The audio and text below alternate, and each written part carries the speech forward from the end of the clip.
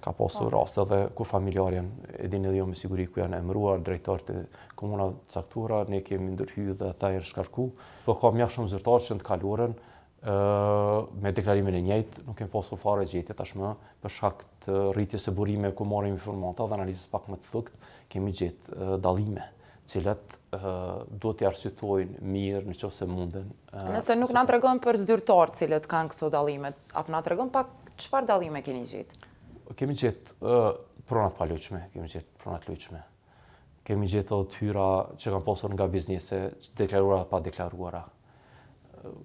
Lloje të ndryshme të këtyre të hyrave, edhe të familjarëve të tyre kemi pasur, ndoshta për shkak të mos komunikimit të mirë nganjëherë. Arsyetimi është për shembull biznesin e bashkëshortit apo bashkëshortës e ka deklaruar, por të hyrat nuk janë shuma e cila ka qenë e hyrë. Prap nuk po të pyes për emra, po të pyes për nivel. A ka në nivel të ministrave që i keni gjetur lëshime?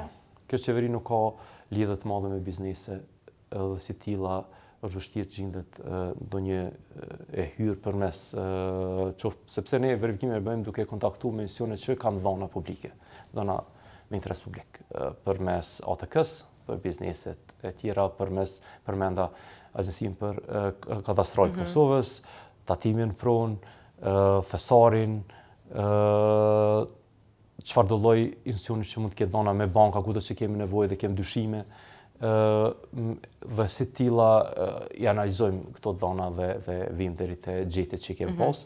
Ai verifikoni edhe familjarët e Po, gjithmonë. Me familjarët që jetojnë në bashkësi familjare verifikojmë. Kështu që nëse ne bëjmë verifikimin e rreth 2000 zyrtarëve në vit, këtë numër duhet ta shumëzojmë të paktën me 3. Ajo është numri i tërësishëm i personave që bëjmë verifikimin. Për shembull, familjar i eks politikane, apo pse mund të jetë duke punuar në sektorin privat, ne kontaktojmë biznesin, i lypim të hyrat e tyre, kontaktojmë ATK-n për ta parë ato të hyra janë të raportuara dhe mos janë më shumë apo më pak. Do thotë kontaktojmë edhe për familjarët.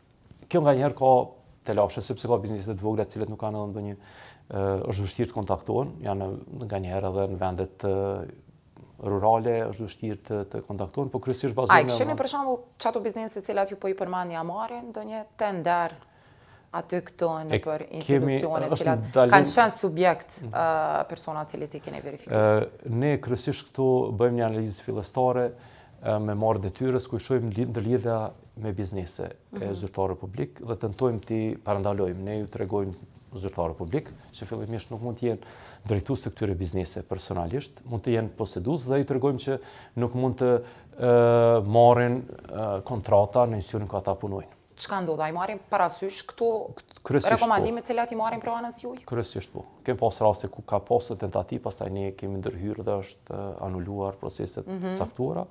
Ka pasur raste edhe ku familjarën e dini edhe jo me siguri ku janë emëruar drejtar të komuna të caktuara, ne kemi ndërhyrë dhe ata janë shkarku.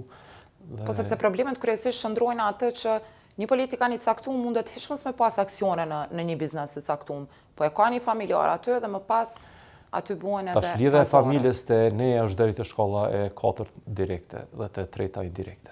Do të jo secili kushëri i tyre është i mundshëm që të ketë pasojë nga vazhdimi, gruaja fëmia, po edhe thot agji fëmia agjit ose tezës edhe kështu edhe gauna e dajve. Kjo është ndërlidhja e familjes më të ngushtë, si ta themi.